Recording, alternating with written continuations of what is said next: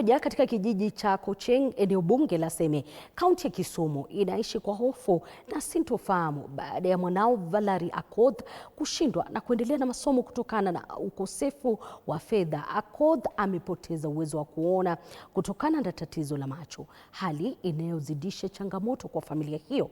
Mwanahabari wetu Laban Shikokoti alitembelea familia hiyo na kutuandalia taarifa ifuatayo. Katika kijiji hiki cha Kocheng, eneo bunge la Seme, kaunti ya Kisumu, familia hii ipo katika hali ya sinani na inagubikwa na wasiwasi baada ya mwanao Valerie Akoth kuugua ugonjwa wa shinikizo la macho, hali ambayo imemsababishia upofu na kupata ugumu wa kujiunga na gredi ya 10. Mama mzazi wa Akoth, Maureen Anyango, anasema mwanawe ana ari kubwa ya masomo, lakini familia yao ni ya kipato cha chini na haina uwezo wa kugharamikia mahitaji ya elimu yake. Anyango anatoa wito kwa wahisani na wadau wa elimu kuingilia kati ili kumsaidia Akoth kutimiza ndoto yake. Alikuwa anagonjeka kidogo na anaenda shule. Ikafika mahali sasa hijiwezi sana. Kuanzia 2024 hakukuwa anaweza, mpaka tukampeleka hospitali huko Russia. Kuna msamaria mwema pia mwenye alikuja hapa kwetu, ndio alitupeleka Tenwek. Ndio tukifika hapo Tenwek ndio alipatikana na mastima na pressure ya macho. Sasa hiyo pressure ya macho ilikuwa juu sana.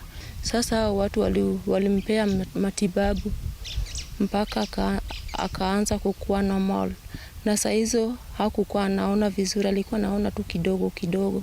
Mpaka tukamwambiwa turudi nyumbani tutafute pesa ya operation 524,000. Na tukukuwa na hiyo uwezo ya kupata hiyo pesa. Kwa upande wao, wakazi wa kijiji hiki wakiongozwa na mhubiri Simon Odundo Salamba wanasema Akoth ni mwanafunzi mwenye bidii na nidhamu ya hali ya juu.